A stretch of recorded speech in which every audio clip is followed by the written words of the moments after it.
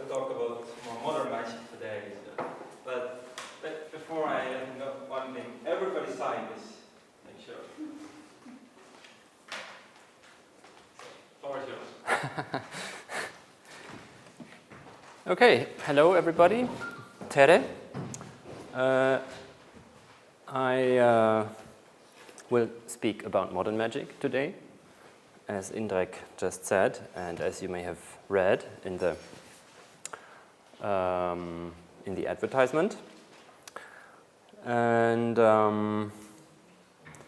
for those of you who've been here yesterday, this is, so to speak, the same but new. So it's different.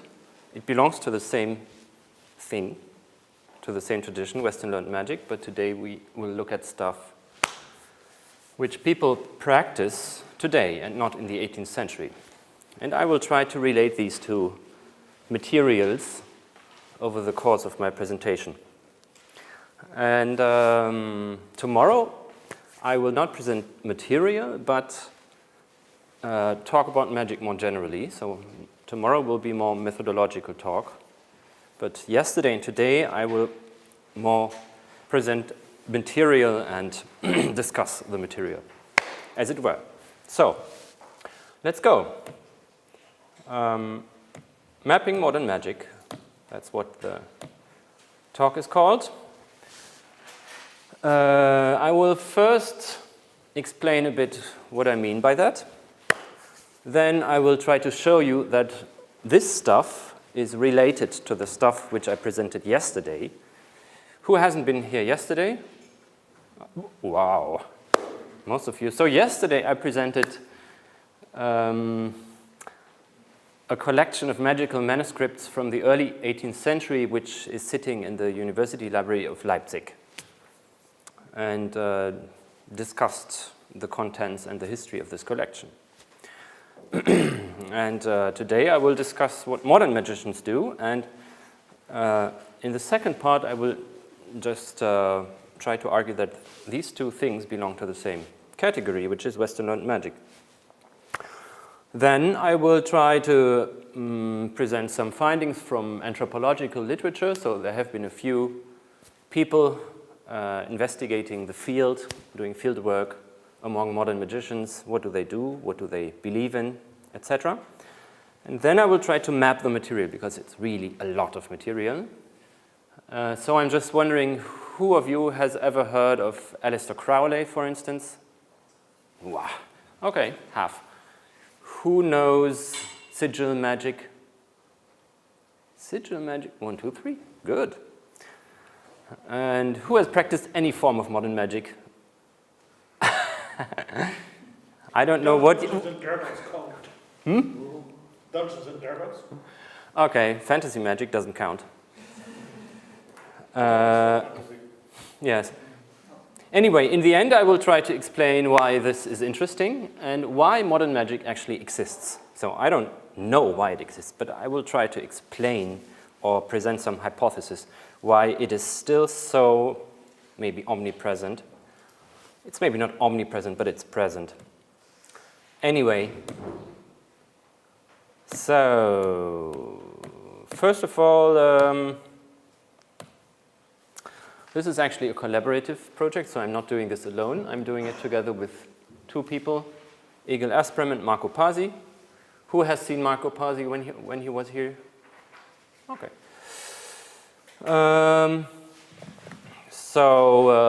The stuff is based on the same research program which I presented yesterday, namely how to historicize Western learned magic, what are the criteria. I will not go so much into detail with this today. I'm just saying that this is knowledge tradition of ritual knowledge that ranges from antiquity to today and goes through many different languages and cultures, but it is kind of coherent, and it hasn't been properly historicized yet. So that's actually what I'm working on, and this is a partial project working on contemporary stuff. Independent of the epoch or the material I work on, I always use the same criterion, namely that magic, the term, has to be used by the people. in a self-referential manner, or they have to be self-proclaimed magicians. They call themselves magicians, maybe in different languages, and then you have the translation program, but a problem. But it more or less works. The criterion works. However, today most practitioners spell magic with a K in the end. And this is also the, so to speak, umbrella term for this project, because most people in the field use it.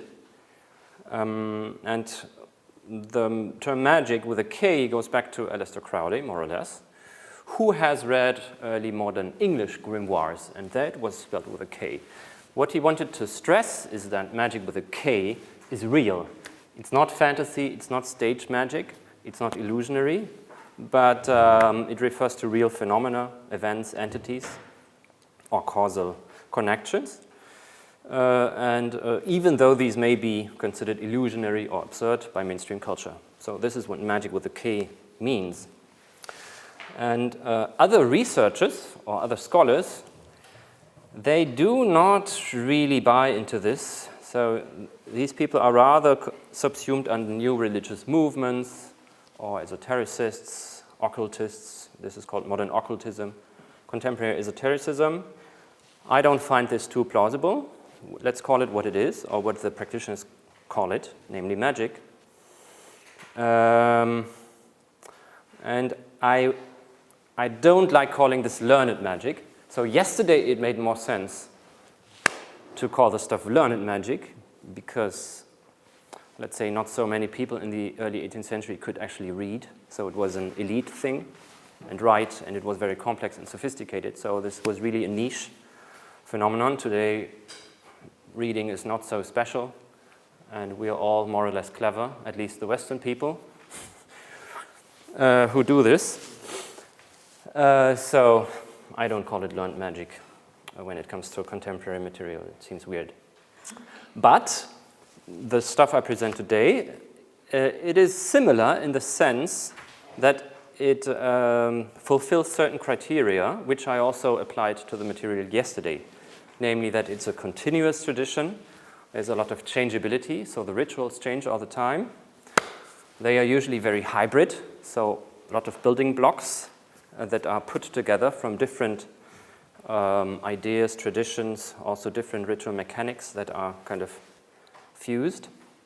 The stuff is more or less deviant, so yesterday it was more obvious the collection was forbidden, people were persecuted, and it was an underground discourse using manuscripts, pseudepigraphy, secrecy, secret scripts, etc.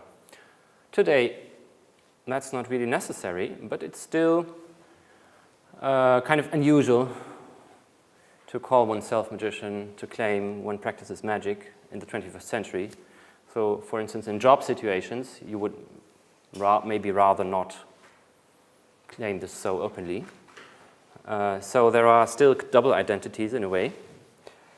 But the deviance kind of shifted in the cultural fabric. The modern rituals are still very complex. There is the morality issue, so a huge discourse about white versus black magic, very important for people. And also there are many different interpretations of ritual efficacy, and there's the tendency to produce more and more and more and more scripts and different types of magic. And when it comes to today's stuff, there are specifics which are different from the stuff yesterday. Namely, that at least since Harry Potter, maybe a bit before, but Harry Potter was a real game changer, magic is a positive thing now. Don't you think so? Is magic positive, or is it good or bad? It's good. It's even great. Yeah, so we are used to all these positive figures in fantasy series and movies and computer games, and magic is a big term in advertisements. So it's really a positive term. You are citing, you're quoting literature and fiction instead of, I don't know, Houdini or David Copperfield or entertainment. You don't mean magic as entertainment? No, today not. No, I'm not speaking about stage magic. No. But stage magic is popular too, of course. It belongs together in a way, but it's more complicated to explain now. Yeah. Okay, anyway, so modern magicians have the benefit that magic is considered more positive in the surrounding culture. This was very different in the 18th century. So today we have the internet. So the material I present is more or less from the last 20 years. And the internet changed many things for practitioners of magic. So today we have a global network. You can read any script online and discuss it with someone in Singapore, in a forum, whatever. So different. There is actually no more need for secrecy or underground behavior, as I just said. Instead, there are tendencies of so-called occulture. That's a term coined by Christopher Partridge, by which he means that formerly occult ideas, thoughts, have entered mainstream culture. In pop music, for instance, in movies.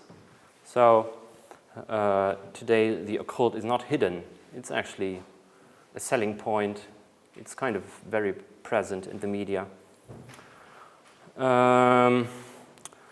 Secrecy can still be used, but as it's not necessary more, it's more a strategy to hasten one's mystical appearance, or even to sell limited gold leather editions of some grimoire for $300. So there's an artificial tendency to create secrecy or scarcity. And today we have a different take on the matter of groups, group formation. So groups, magical groups, were very big in the 20th century. They basically did not exist in the 18th century. There was no, or we don't know if there might have existed some underground groups, but we have no historical records, hardly any. And 20th century was full of groups. But since the internet, the groups are still important, but it kind of faded a bit in the background because anyone can go online and just try out some rituals. So it's much easier, the entry point is lower than it used to be in the 80s or 90s. Yes. So what I'm going to present is just a tiny snippet of what's out there, and it has not been systematically assessed. So this is rather a sketch of some ideas and materials which I found. It's not systematic. The idea would be to kind of map it in a systematic manner. There is some literature on this, but not much. So this is the classic field work by Tanja Luhrmann. Anyone heard of that? Persuasions of the Witchcraft? No, okay, really marginal field of study. So she did some field work in Great Britain in the 80s and then wrote this book. It's an anthropological classic, actually, a modern anthropological classic. And she coined a famous thesis in that, the Interpretive Drift, in order to explain why modern people, why people like you and me believe in magic. In the 20th century or in the 21st century, why would anyone do that? We have science, we have so many cool technical tools, and it's really weird to believe in the efficacy of rituals. She thinks, so she tried to explain it. I will come to that later. Then there have been 2 interview studies in Germany. This guy, I know him quite well. He interviewed 13 magicians, German magicians in the early 2000s, and made a qualitative assessment, a huge book of these 13 people. This is rather new. A guy who studied one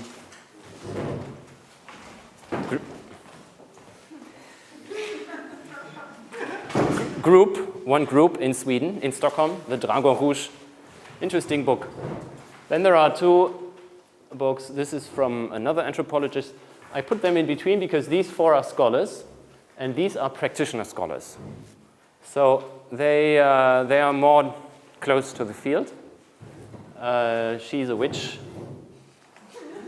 at the same time as a scholar. Both have PhDs. That's a new type of being, the practitioner scholar in magic. And this is questionable. This is quite kind of interesting. So he accompanied 7 people when they performed their rituals and kind of analyzed the rituals. And this is practitioner literature. There's tons of practitioner literature, but these are quite outstanding. So this is a huge encyclopedia written by one of the most well-known German magicians. It is actually a translation, but he wrote like double size own stuff into it. Neville Drury also had a PhD. He died a few years ago. But he really tried to map his own religious domain in a quasi-scientific manner. And then there are histories of magic written by occultist historians. These 2 are the most well-known ones. So there is stuff, and before I will try to outline a bit what these people found out, I will try to show you that this modern stuff is actually part of a very long tradition of Western learned magic. So this relates to the talk yesterday. Yes. So I wrote somewhere that Western learned magic is a broken and repeatedly reinvented textual ritual tradition. By textual ritual tradition, I mean that for most of the time we only had text and rituals. We didn't have institutionalizations as in other religious traditions. There was no canon of holy scriptures, no lineages of teacher-pupil relations, no orthodoxy or orthopraxy, no moral guidelines, no architecture. So magicians didn't have, well, there are a few exceptions, but there were hardly any temples where magicians could freely practice until the 18th, 19th century. That's when most of this stuff started. There was no educational infrastructure whereby you could teach next generations according to one certain religious doctrine, as in like normal religious traditions. So this is really an underground tradition of knowledge. But texts and rituals have always been there. So that's why I call it a textual ritual tradition. And at some point, other things add to this tradition. So today we have groups, architecture, so we have equipped ritual sites. We have teacher-pupil lineages. We have this stuff today, but it's rather a modern phenomenon. Please. You already answered. I wanted to just clarify that the no, it was how it used to be. Yes. Yes. Now I'm just trying to explain what I mean by tradition. So what is actually handed on? For a long time, only texts and rituals have been handed on. So are there teaching institutions nowadays? Yes, there are schools. There are people who kind of teach. There are online curricula in which you can enroll yourself, which can be very sophisticated. So the most well-known German teaching curriculum takes roughly 10 years with 1 to 2 hours per day practice. So you get like 84 teaching scripts over the course of 10 years, 8 to 10 years. It's not an easy path. Other people are much quicker. Okay, so there are schools like this of many different types, and yeah. But what I want to show now is why this stuff is still connected to pre-modern material, such as the one I presented yesterday. And so, for a start, there are texts that have been transmitted onward from antiquity on, and which are still practiced today. Here are a few examples. You might not ever have heard of these, but they are known to practitioners. The Clavicola Salomonis is maybe the most famous ritual manual for conjuring demons, which is in use today. I will show a few examples later, but apart from these texts, there are also rituals or ritual patterns, ritual techniques, which you can trace from antiquity onwards until today. And these patterns can be god names, spirit names, like these voces magiques, these unknown words which are uttered during the ritual. You can find many continuities in this realm. The use of certain substances or artifacts. And then there are more specific techniques, such as the conjuration of so-called paranatelonta. That's a Greek term that refers to beings, spirits, that are ascribed to one degree of the zodiac. I mentioned that yesterday.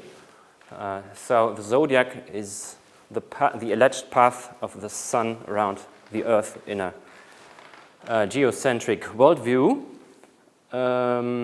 And as it's a circle, it can be divided into 360 degrees, and the signs, the astrological signs, are ascribed to 30 degrees. So every 30 days, it shifts, but every 30 days we have a new sign. Every 10 days we have a decan, and every day we have one of these paranatelonta. So we have 360 of these spirits. Every day you can address another spirit, which is responsible for this particular day. That's handy, because every day, if you know the name and maybe the sign, you can address your particular needs to the right spirit. And this technique, conjuration of the paranatelonta, goes through the literature of Western magic. It's a marginal theme, but you can find it in the Greek magical papyri. 13, for instance, they are addressed, the so-called day gods. Then there is a line of Arabic text transmission, which is then translated into Old Castilian in the 13th century, the text so-called astromachia. Here you can find them. They are drawn. This is 1 month. And you can actually also inscribe them into an amulet, which is practical. Then they reappear in a today famous ritual text called Abramelin. I mentioned that one yesterday. This is actually from the Leipzig collection. It's the book in which the lengthiest rite of learned magic, which I know, which I'm aware of, is in. It takes 18 months to conjure your guardian angel. And in order to do so, you also need to conjure the 360 paranatelonta. And I also mentioned that the Abramelin has been practiced by Aleister Crowley. So it entered modern magic, also in the Order Templi Orientis, his order. And then other people, like Franz Bardon, picked up the theme. He's a rather unknown German-Austrian magician from the mid-20th century. And here we are in contemporary times.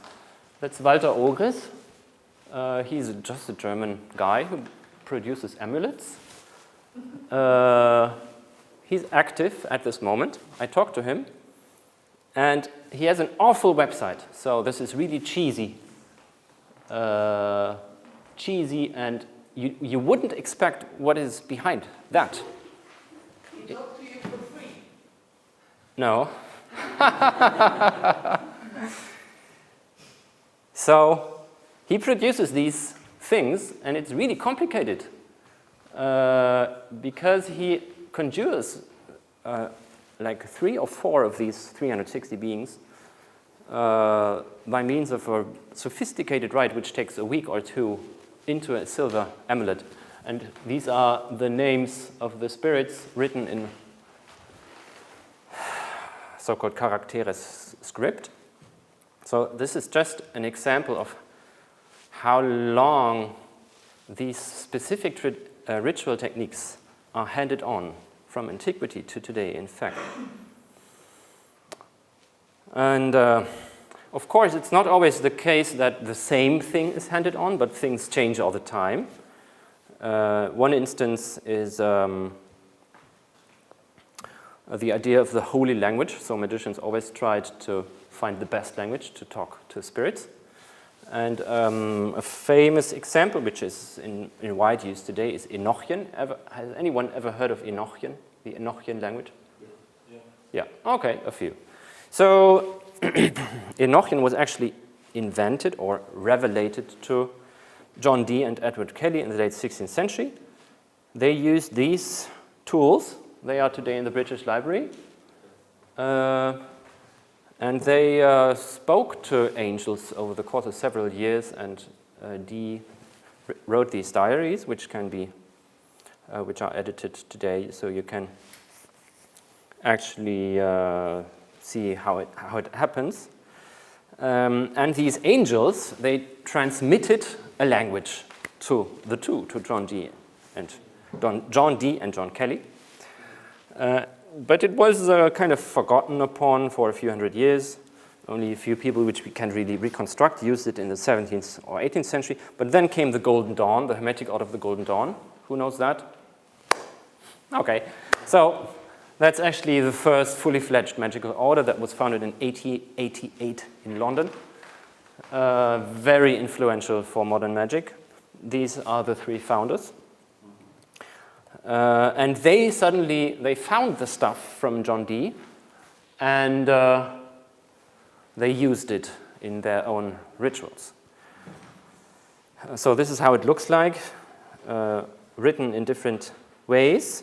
Aleister Crowley also, he was in the Golden Dawn in this order, and then he left, but he continued to use Enochian.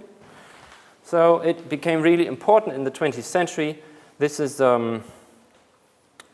just a table of someone who tries to reproduce the experiments of John Dee and Kelly. Yes, and apart from this continuity, there were severe debates among practitioners of the 20th century about this script, whether it's authentic, how you should use it, how you should write it, and so there are always these ongoing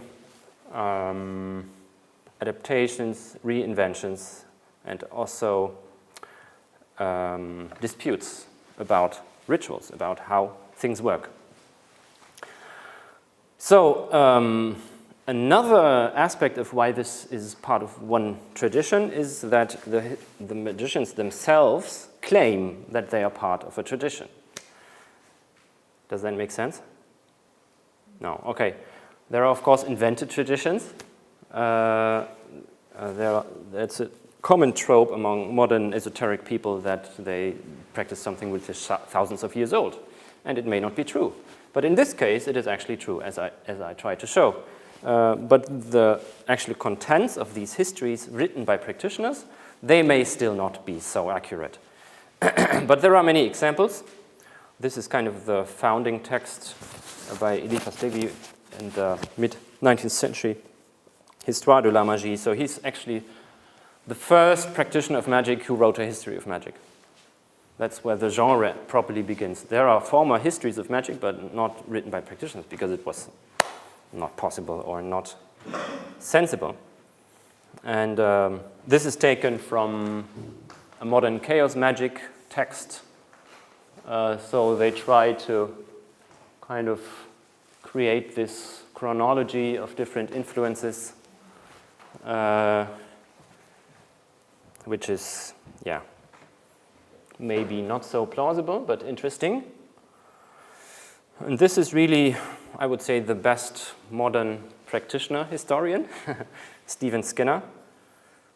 He's also doing YouTube feeds on the history of magic. So that's also part of the traditionality of this tradition, is that the people themselves traditionalize themselves. Yes? So authenticity, in this case, what is the beginning of these magical rituals then? What is when it's historical and not like self-invented? Was it like given to people by spirits, or what is the right magic? You mean how I would... No, what did they say? Oh. You say that some just invent things, that they say that it's historical and yeah. Like 200 years old, but... Okay, so I would say this is a textual tradition. So when you have texts, let's say... What is the beginning of like... Yeah, I would say the Greek magical papyri are the first fully fledged text of Western learned magic. So you have, that's a starting point. You can see the text, you can study it, you can see continuities. The text but these people claim there have been some archaic shamanic rituals in, I don't know, 5,000 before Christ, and this directly relates to what they're doing. So you cannot verify this.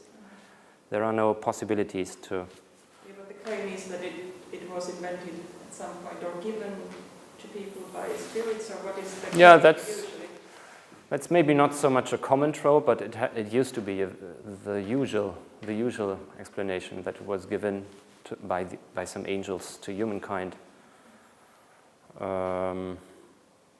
Yeah, I mean, there are still many things in the dark when the more backwards you go. So you can work with fantasy, or you can work with sources. I try to work with the sources. Yeah. Yes. Yeah. Okay. Then an interesting facet of modern magic is that there are some people who like old texts. So they actually like to work with the stuff from the Leipzig collection or even older texts. And they could be called traditionalists. There are many modern techniques of magic with a K, as I will show later, but these people like the old stuff better. They think it's more authentic or efficacious or trustworthy. And this may even be a reaction to the internet era, because the internet also led to an information overload in the field of magic. So you can read any text, any ritual script that has ever been written, basically, because the practitioners themselves, they edit so much. They like revealing texts, finding texts, producing texts. So there's so much online, but it becomes so much and so arbitrary that you wouldn't know which one is the most efficacious or the most trustworthy text. So these people claim the older, the better, let's say, and they would also claim that we should rather follow like precise scripts and not be so creative and do what we want, which is an important claim in modern magic, that we can create our own rituals, and as long as we believe in them, they might work. But these traditionalists say, no, follow the script. Find the script and follow the script. And so these are a few people. That's Christopher Warnock. He works with the Picatrix. He also edited the Picatrix. That's an Arabic magical text from the 10th century. That's Georg Dehn. He is like the guy of the Abramelin, the text I just showed in the Leipzig collection. He edited, he made a modern practitioner edition, and he's like obsessed by this text and tries to follow. He also makes journeys in order to follow the alleged journey of the protagonist of the book through Egypt, etc. And there are also Facebook groups. So this is one Facebook group dedicated to one particular text called Abatel. It's a late 16th century text for conjuring the 7 planetary spirits. And there are 200, you can't really read it, 250 people who practice or who are part of this Facebook group. There might be many more. YouTube is full of people who explain how to do the Abatel ritual. And then, fascinatingly enough, there are people who are really into the Leipzig collection, which I presented yesterday. So I met practitioners on conferences when I presented the Leipzig collection, which then started to edit these manuscripts from the Leipzig collection. So this is a project called Holy Daimon, and there are a few people interested in these old scripts which have, over the course of 1 year, edited 7 or 8 of these manuscripts, and you can read them online. So they are really quick. Anyway, there are no religious traditions that survive which are also not adaptive, creative, and inventive. And I'm just showing you that it's not only about continuity, but also about changeability and invention. So magicians have to invent stuff all the time. So what do you mean with editing? What do they do with this text? Well, the Leipzig manuscripts, you can read them. Scan them and put it to the... No, you can read them online. They're digitized. Then they transcribe it's like handwritten German. Then they make a transcription. So you have the plain German text from the 18th century, and then they make an English translation, and you have it all on one website. And then you can read the script and try it out.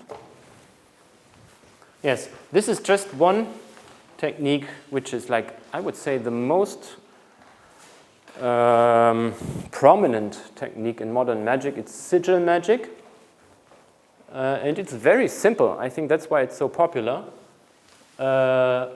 It was invented by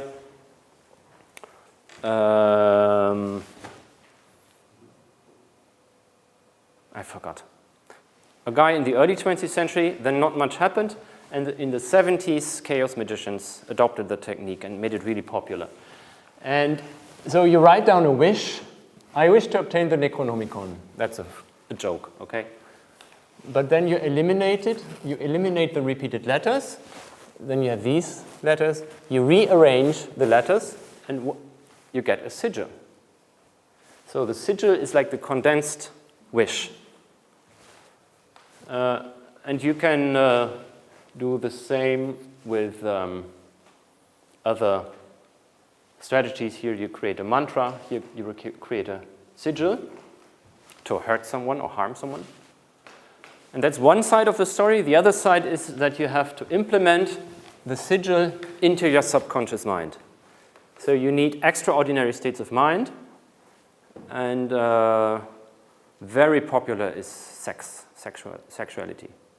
So during sexual arousement or even the orgasm, you focus on this, and then whoosh, goes into your mind or subconscious mind, and then it works. You don't have to do anything because the subconscious mind itself does the magic. That's the assumption, and people love it and claim that it works. It works, it works, it works. Really. And it's very simple. So this is just a modern thing, an invention, let's say, from the 70s, or that's when it really took off. So let me present some findings from these anthropological studies. Who are these people? And this is a collage of these studies which I have previously shown to you. So what is interesting is that most practitioners belong to white middle class urbanities. Often they have university education, sometimes even PhDs. And there's the species of the practitioner scholar. As I just said, there are a few practitioner scholars. There was a significant gender gap until the 70s, maybe. There were more men than women. But now the relationship seems to be equal. Was it always like that? What? In the history of magic? No, it was surely rather a male thing.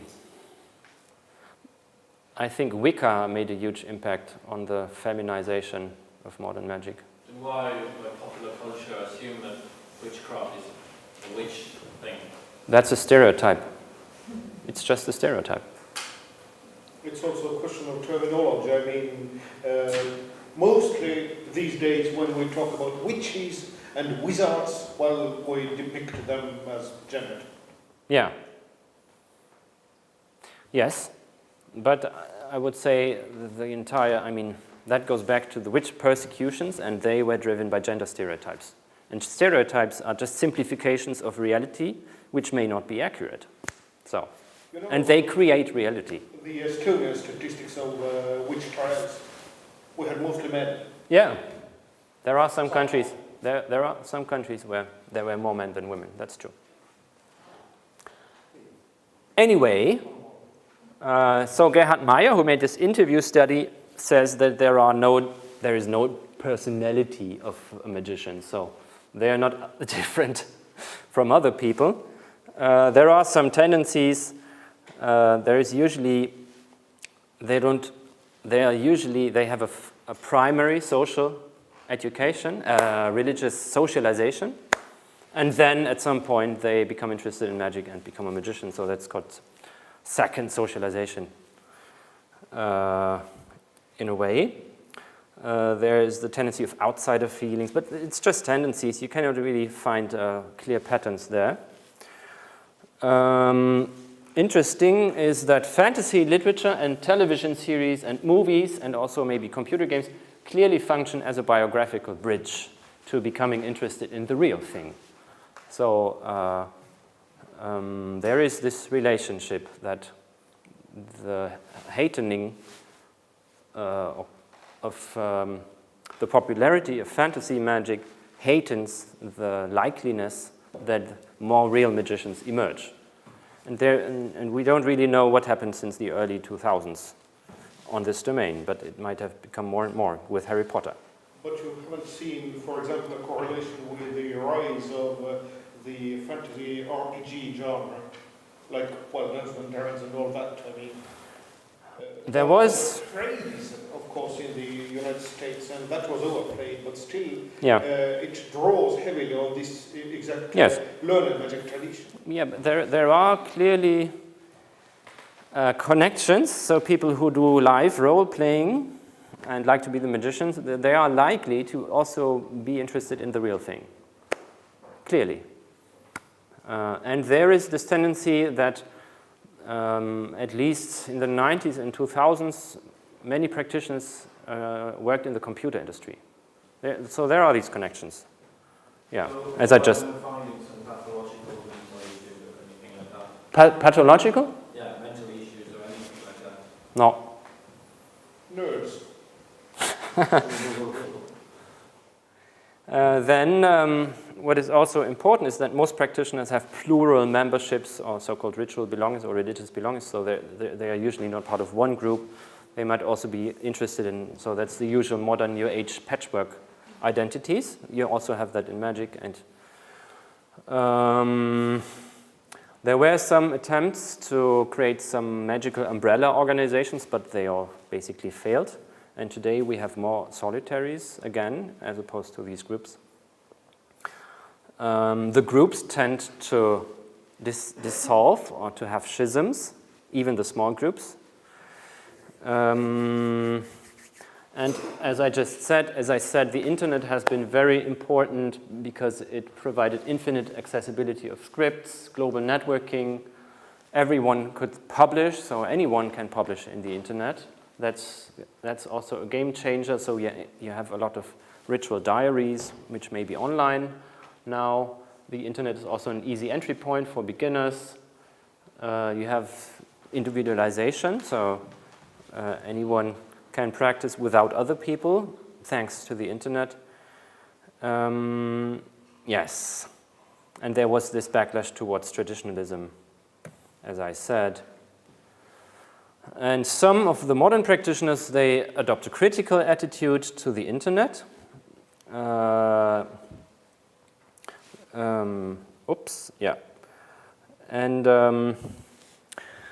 if I would generalize, I would say that most modern practitioners prefer a postmodern understanding of ritual efficacy. So they would rather argue that pragmatism, creativity, and individuality is the basic idea of how to work with rituals, instead of the formalism following a script. There may have been a shift there over the past 30 years, and most modern practitioners would clearly say that it is the mind that works magic. So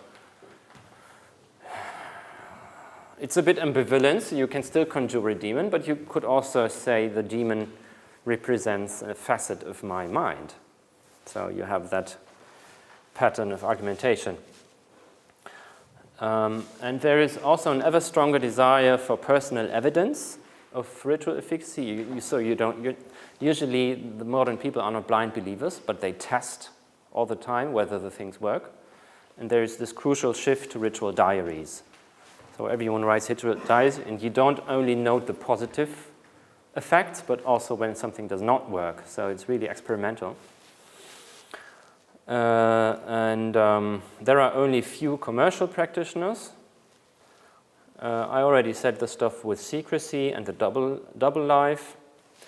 And the interpretive drift thesis from Luhrmann should be questioned today. She claimed that you don't simply start believing in magic.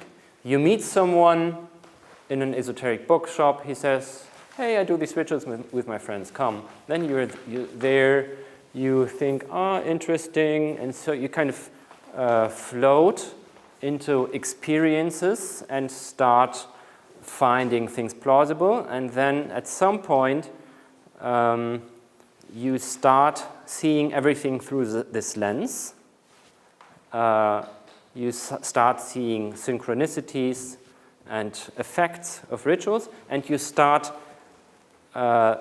neglecting counter-evidence. So there might be counter-evidence, but it is kind of neglected.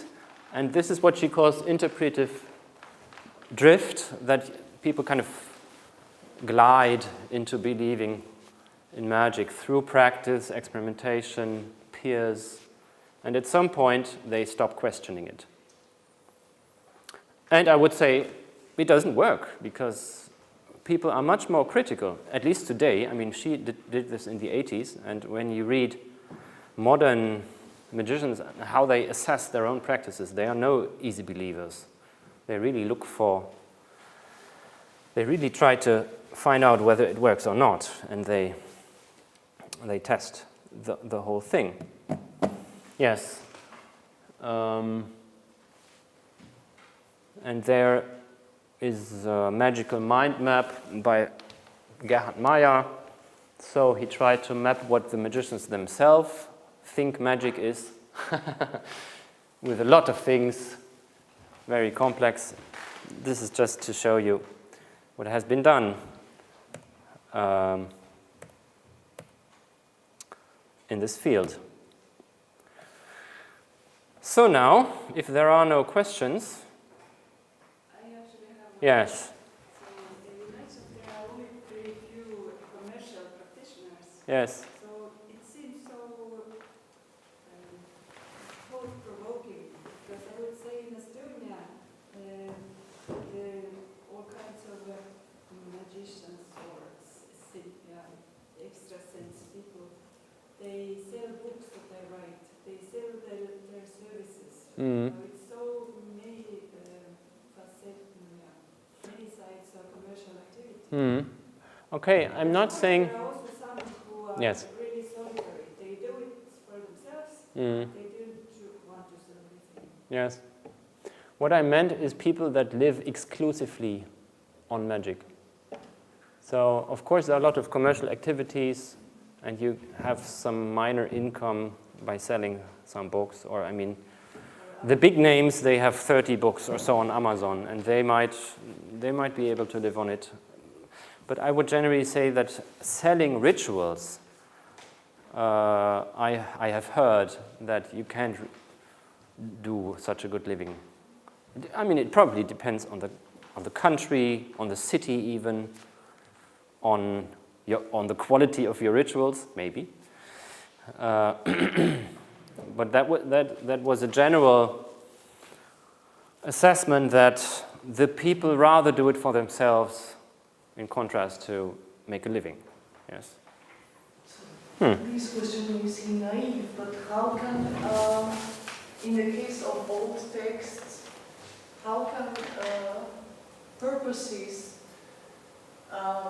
that belong to a different social-cultural context be adapted to our current world? You've mentioned before money and sex, Yeah. economic success, or enhancing whatever positive outcome you want.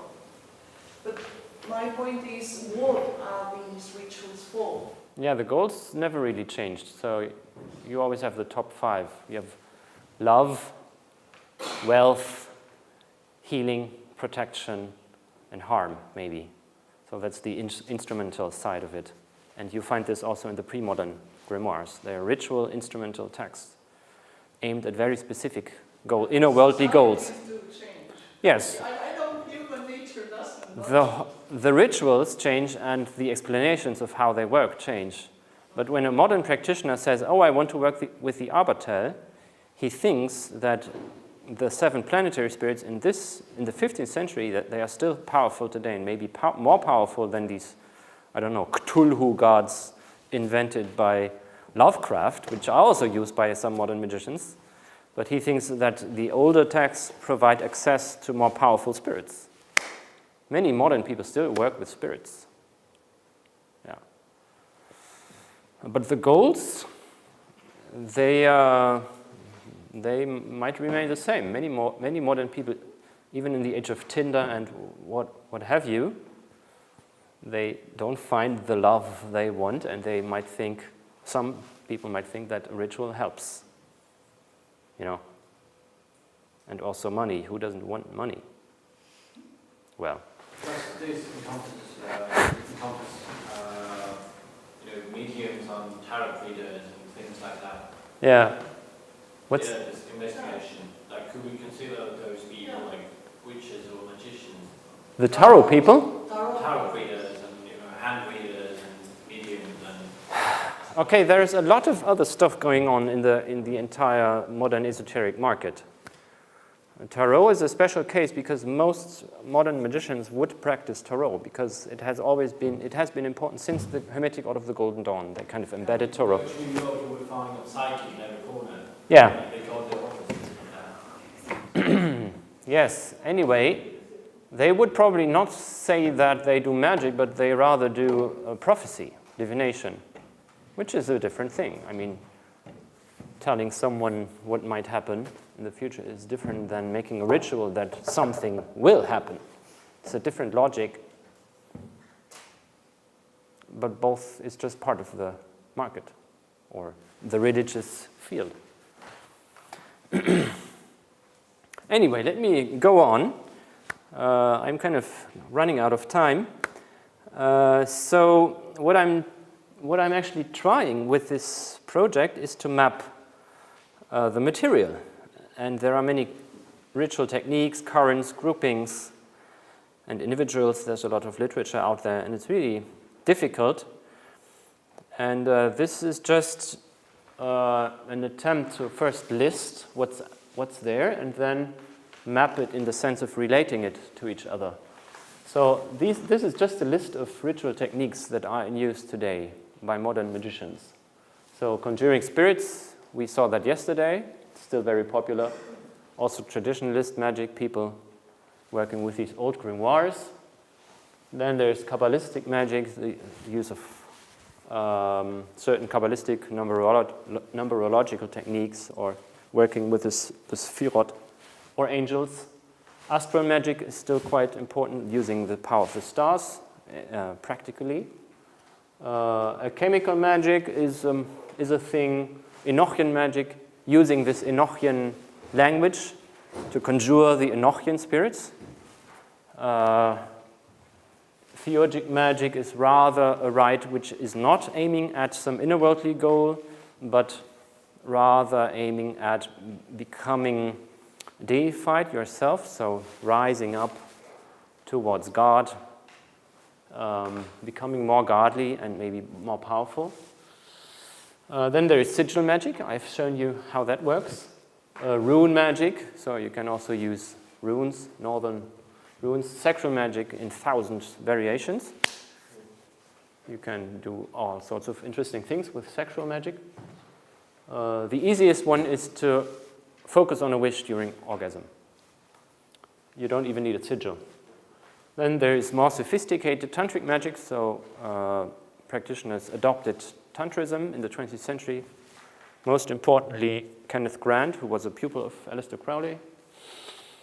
Then there are people who work with like fictional gods, such as the ones invented by Lovecraft in his novels, these Cthulhu gods.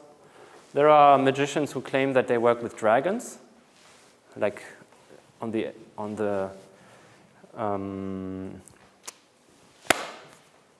astral plane. There are spirits, and some are obviously dragons with whom you can work or whom you can instrumentalize. Then there are people who adopt Afro-American folk magic rites, rather simple rites. Other types of of folk stuff, which is now adopted by practitioners. Then there is northern stuff, Seither, Azatru, cyber magic, using computers, or information technologies. There's a lot of imagination, so working with the mind. Then there's the idea of Magie der hohlen Hand. It's rather a German thing, doing no rituals at all, just doing the effect without a ritual, apparently. Yes, so there's this and there's more. So it's, as I said yesterday, it's not one thing, it's very heterogeneous. There are many different types of practices which you can do. And there are also currents. So these are just basically formations of groups which follow a certain magical ideology. So there's the Golden Dawn, Hermetic Rosicrucian currents. Martinism is rather a French thing, which is today global. Thelema is like the school of Crowley. We have Wicca, you have Satanism. Since the 70s, we have chaos magic. They really have very different agendas, ideas, how rituals work, different ritual addresses. So it's really very variegated. Other neo-pagan. Then there is discussion about left hand versus right hand. And so it goes on. And then there are groups. So these are all magical groups, self-proclaimed magical groups of the last 150 years, roughly. And X means that they stopped existing. This means that they still exist. And then this means that it's split into various branches. For instance, the Ordre Martiniste today has at least 30 offshoots. And Wicca is like the biggest one. I count Wicca to this type of magic. I mean, Gardner was also a pupil of Crowley, and they claim that they practice magic, even though they also do all sorts of other things. And they are estimated roughly 800,000 adult Wiccans today. So in total, we might have 1 million or so, I don't know. And then there are also new groups. The Grey School of Wizardry is the most fascinating one because they claim to, or they kind of follow the footsteps of Harry Potter. So it's Harry Potter in real. They built a school with allegedly 1,000 students. And these groups have subgroups. These are just Martinist groups. They are spread all over the world. It's really fascinating. So this is probably the second biggest magical group, and the third one would be the Ordo Templi Orientis. And then when it comes to individuals, you can kind of assign individuals to groups. So here we have people which are well known. These are only people which are well known, who are authors, who are leaders of groups. You might not know any of them, but it's really a big scene. That's what I'm trying to show. And many of these people, they belong to different currents, or they have tried out different currents over the course of their biography. So it's really also not easy to kind of assign them to particular currents. And then when you come to the texts, it's just big data. So there are, like, I would say, millions and millions of different ritual scripts today. And these texts also could be subsumed under techniques, currents, groups, or authors. And you could do a network analysis. And there are also many different types of texts today. There are internet textbooks, journals. There are private training documents, which you can only get when you become part of a group. There are many different types of diaries, blogs, forum discussions, etc. And the good thing is that most stuff is online from a methodological perspective, so you can actually access it. What I still don't know, and this is kind of work in progress, is what do I do with this? What is the analytical focus? I cannot write a history. Discourse analysis is quite kind of complicated with so much material. Network analysis is also complicated. Maybe you have some ideas about this. And what would be the analytical output? I also still don't know if this would be a series of articles, a monograph, a dictionary, and database, an online database. And I also wouldn't know what are my research hypotheses, what are my goals, because it's just so much stuff, it's so complex. But at least I can try to answer why. So why has 2 dimensions? Why investigate these people? And why does it exist? Why is it so popular? It seems popular. I mean, 1 million is not so much. It's part of modern esotericism. It's like a branch of modern esotericism. There's much more esotericism. But there is still magic in the 21st century. People believing in it. And I think this is worthy of explaining. And so first of all, why investigate these people? I think that this discourse is fascinating, vibrant, lively, innovative, and fascinating. When you compare it to other new religious movements, it's really very interesting. It's also not completely marginal. It is particularly when it comes to the cultural impact, it is kind of very present in television series, movies and fantasy literature, so it has an impact on the media and the public perception. And it's also interesting that it has this deep historical underpinning. And for instance, it would be interesting to compare the social situation of pre-modern magicians and modern magicians.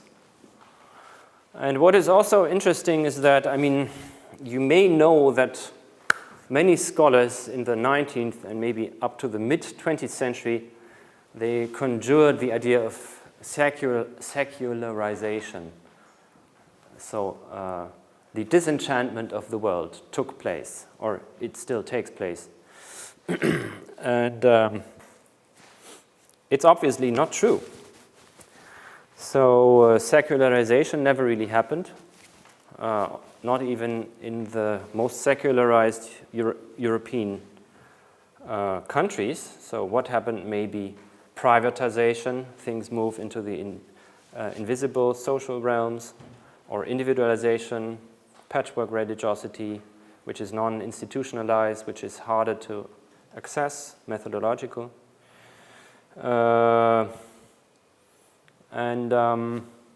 This magic falls into this overall development.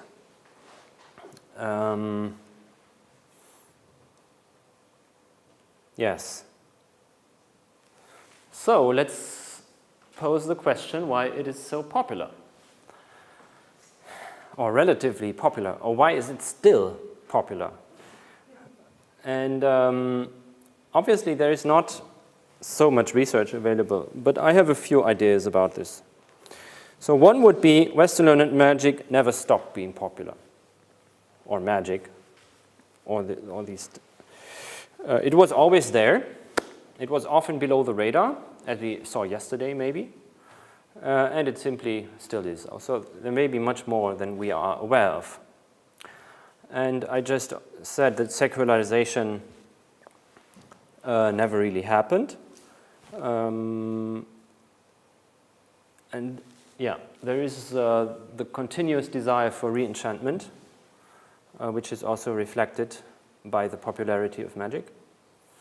And magic triggers the idea of quasi-automatic ritual efficacy, which is kind of a unique thing.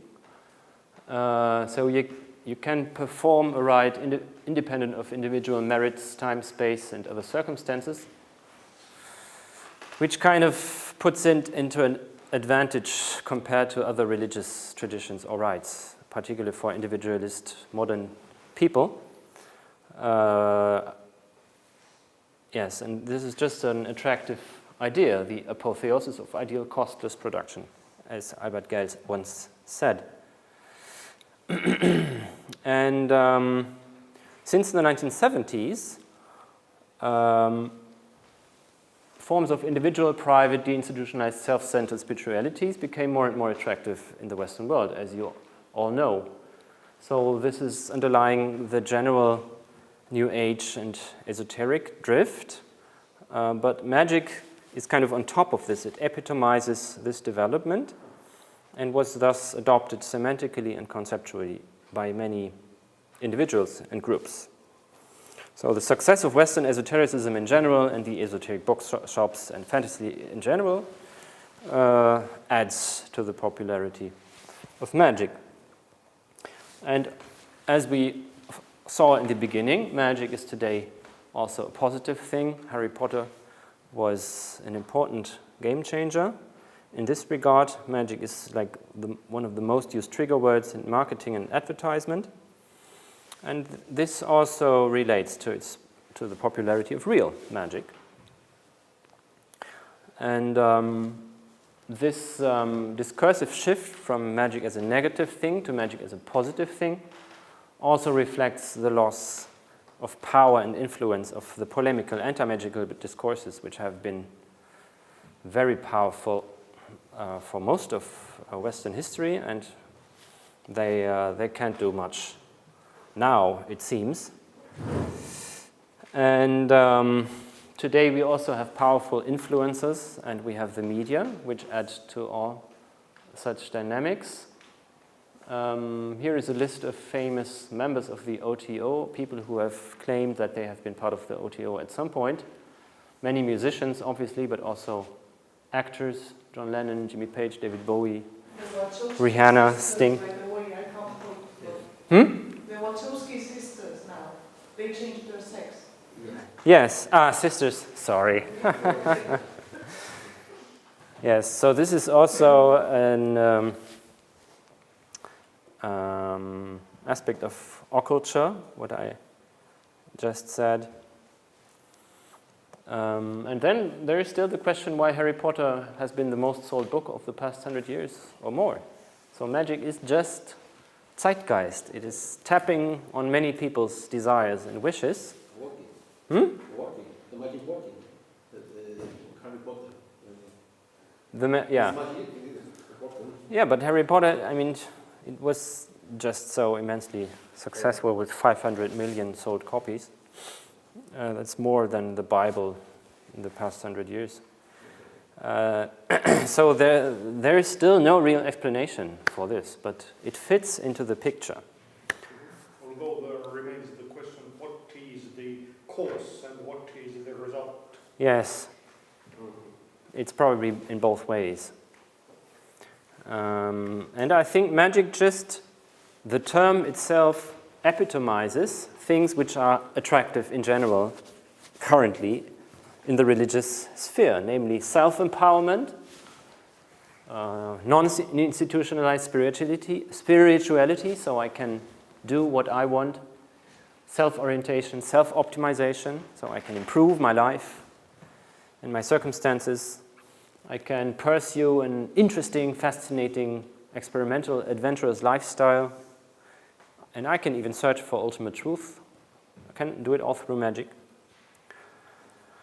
And it still helps in situations of frustration and crisis, and also adopts a political dimension. And this is one instance. So there's the Bind Trump movement since February 2017, initiated by this guy Michael Hughes, and they do monthly binding rituals. They hate Trump. And Hughes claims that this is the largest magical working in history. So he posts the dates of the rites, and then all over the states, like the neo-pagans and witches, they perform a binding rite. Here you have the next binding. So all have to do it at the same time, and then it's more powerful. Not much in the way of results original? Well, I don't know what they think why Trump is still there. I mean, no one knows. But It works. So it works. May fail utterly. May fail utterly. That he may do no harm. That he may do no harm. To any human soul. To any human soul. Nor any tree. Nor any. etc. pp. So that's just part of the right. It's on YouTube. But the American magic community is split into Trump haters and Trump supporters. So there are counter rituals. There is the anti-bind Trump movement, initiated by this guy. And so there's kind of a war on Trump because they do at the same time counter rituals. And they also do other stuff, symbolic actions. This is below the Trump Tower. I'm going to change things on behalf of our people because we know this is what our people really want. So this is the unbinding. Yeah, doesn't really.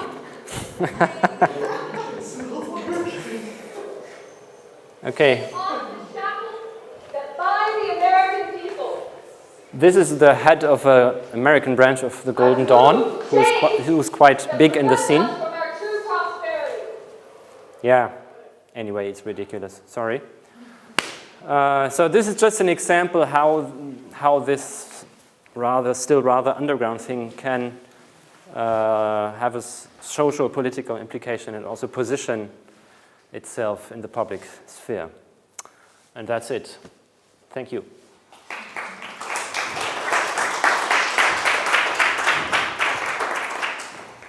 Questions? Actually, I have an impression that we're talking about a very particular type of magic, because some other examples came to my mind that were not mentioned, but somehow they fit, so they meant to visit this magic. I just can give a couple of examples, like, people, sometimes people keep coins or buck in the wallet just to make kind of increase their income. And What do they put in the wallet? yeah, they put a coin or a buck in a wallet. In a bullet?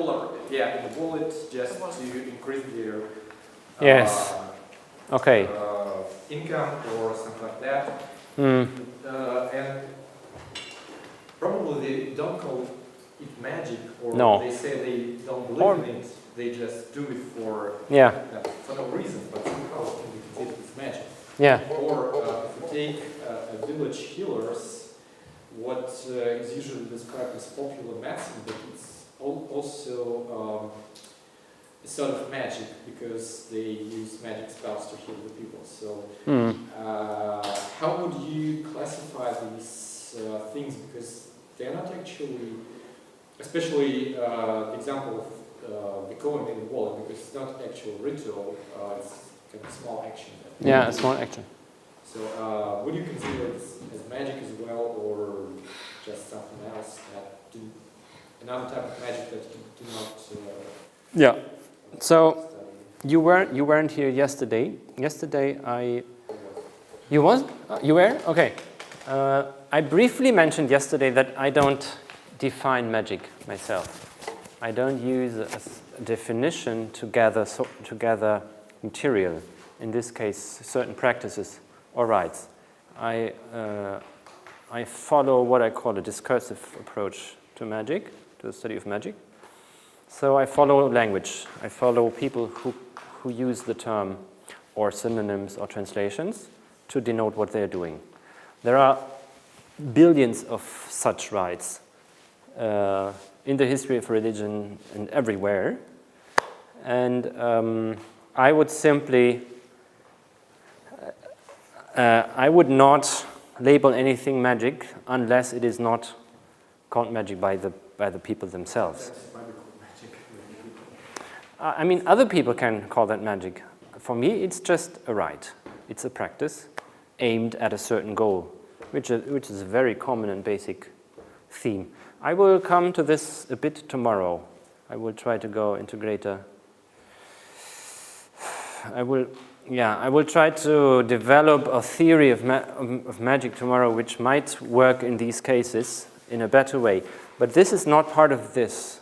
This is really a textual tradition which is coherent, so it has boundaries. It belongs together in a way, and all these rites, which also have been labeled as magic from the outside, for instance, in the anthropological literature, I would not do it in this way, like kind of an across-the-board, very basic semantic meaning. It seems problematic to me. But I don't neglect that that these rites exist.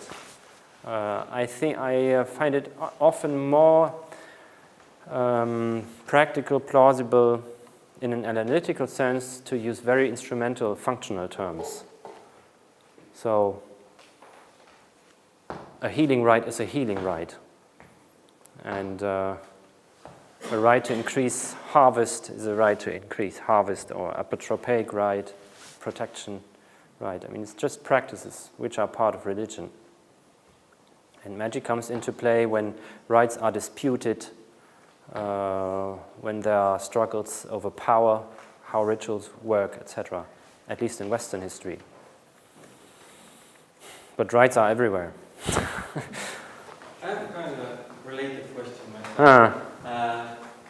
Are there any noteworthy examples where they're sort of doing the same thing seemingly in every sense, except they're using different terminology? Like everything seems the same, just discourse in the vocabulary is slightly different, like any sort of problems for this approach of discourse. But have you noticed anyone just using deliberately Other terms? Yes, just avoiding magic, but sort of seemingly doing the same thing, but just... Yes. So in the history of Western magic, in the pre-modern, particularly in the pre-modern history, you have the problem that the practitioners avoided the term. Of course, they were not stupid. They used other terms. For instance, in the texts, they claimed that this is proper religion, but it is in fact the same. I asked about today. Yes, today it's not. It's the other way around, because everyone loves magic. Of course, you would rather call it magic. It's not life-threatening, or it can even be an advantage. The problem is when you adopt an intercultural, a transcultural approach, or diachronic approach, which I will do tomorrow. And then you will see many practices, groups in other religious contexts where people apparently do the same thing. I will come to that tomorrow. But they use other languages, they don't use the term magic, and they might not even perceive it as problematic. It might even be part of religious mainstream. But the practices appear to be very similar to what we perceive as magic here in the West, in the Western broadly Christianized context. But these will be questions for tomorrow. So, any questions for today? You mentioned the number 1 million practitioners. So in what scale? In Europe, in Germany? No, global. Global? Yes, I mean, it's really complicated to see the boundaries. Today it's a globalized discourse. So you have practitioners. And here you mean again these very devoted practitioners based on historical texts. Again? How do you define the ones whom you count with this 1 million? Yeah. Devoted practitioners who use old Not only these old texts, there are modern groupings which are operating globally, like the Martinist order. They have branches in 50 countries or so, all across Asia, India, Russia, South America, North America. There are Martinists They are clearly magical order. They work with grimoires, with particularly Solomonic conjuring spirit type of rituals, initiatory rituals. So it is a globalized discourse now. But I would always apply the criterion which I mentioned. So magic is also a globalized term today. It's also an export term. In Africa, everyone, so it became, through colonialization, terms are also exported. And they are translated into the local languages, etc. So it's really hard to draw the boundaries. And a million is just a rough estimation. I actually have no idea how many are there. It might be 10 million. Doesn't it seem just too low, because you said that there would be about 800,000 Wiccans? Yes. And Wicca on its turn is, kind of between a magical tradition and a religion. Yes. There are people who believe in it but don't practice rituals and all that. Yes. Yeah, Wicca is probably the biggest thing, so I just put 200 million on top. I don't know. No one has ever. The interview studies, they work with 13 participants. So the books which I presented, the total amount of people, of data which is assessed in these books is maybe 250 people. And so you have to kind of, with a plausible guess, like in qualitative sociology, estimate how many more there might be. Yeah. No one has ever counted members of the OTO. No one has ever written to the I don't know, roughly 30 national branches of the OTO, how many members they have. They might not even know themselves. Yeah. Well, you can probably find, for example, the statistics about the people who declare themselves as Wiccans in what's the term in English? Census, yes. Or for example, the sales numbers of some books. And yes. That gives some kind of data. Yeah. You can kind of find the bits and pieces of information and then put it together. But it's a lot of work if you do it that way. I actually started to think that, when you asked, on one hand, why this supposed secularization of the society hasn't kind of stopped the magic, and on the other hand, about the zeitgeist thing and all of that, it is a persistent theme in recent fantasy literature, actually. The talk about the end of magic due to the people starting to believe in science, and much more rarely vice versa. There are also descriptions in some fantasy novels about how science starts to decline because people transfer their belief to magic, and complicated scientific constructs fail and all that. So it kind of reflects this meta-level understanding of itself too. I would say that fantasy literature actually depicts quite well how even the practitioners see themselves. Yeah, that could be. Particularly modern chaos magicians, they are very akin to scientific arguments because they more or less emerged simultaneously to chaos theory in physics. Just 1 year or 2 years later, the first chaos magic books appeared after the chaos theory was formulated. Okay. Thank you for the presentation. I have a question about your methodology and what are your sources? Actually, I haven't understood. Books, people, or their actions. Have you conducted field work? Did you conduct interviews? Or did you talk to people? Did you participate in this observation? And who are these people? What kind of magic they are making? They derive? I don't understand what are the materials for analysis. Okay.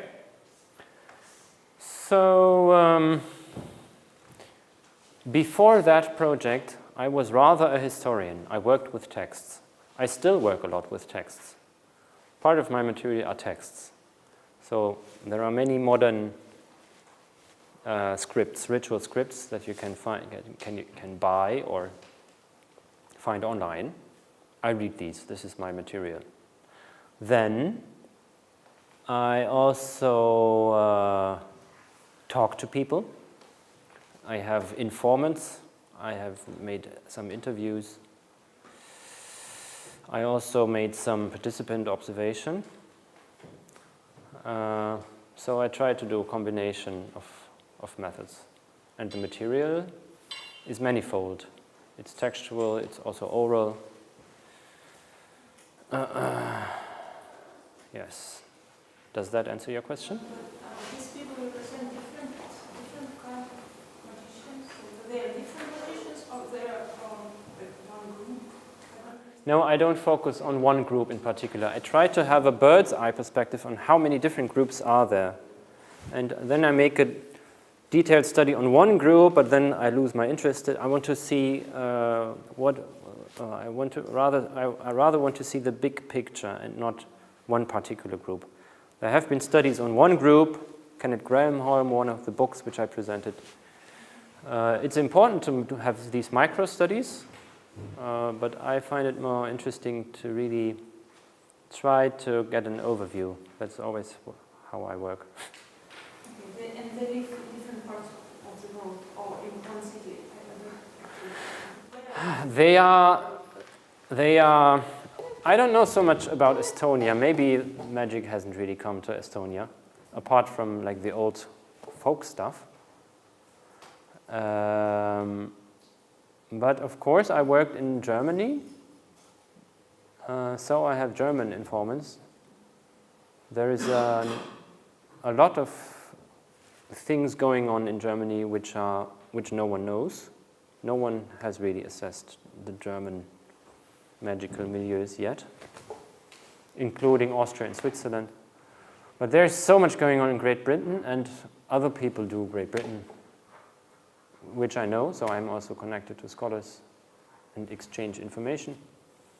There's a lot going on in France, which I don't know, and no one knows because no one is there researching it. Spain, Portugal, no clue. Italy, yeah, okay, there are people in Italy and people working in Italy. So you could go through each country, maybe even on the world, and try to find out whether people belonging to this discourse are there. Of course, the United States is kind of important. It's a lot of material and a lot of work. I can't do it myself. That's why it's a collaborative project, and I can only try to kind of get my mind into this based on my expertise in the entire history of magic and my working on pre-modern stuff, but now that was my personal desire to kind of also understand what's going on now. So I think we'll conclude for today. See you again tomorrow. Tomorrow it's exactly 12 o'clock, not 12:15, exactly 12 o'clock. 12. And see you all then.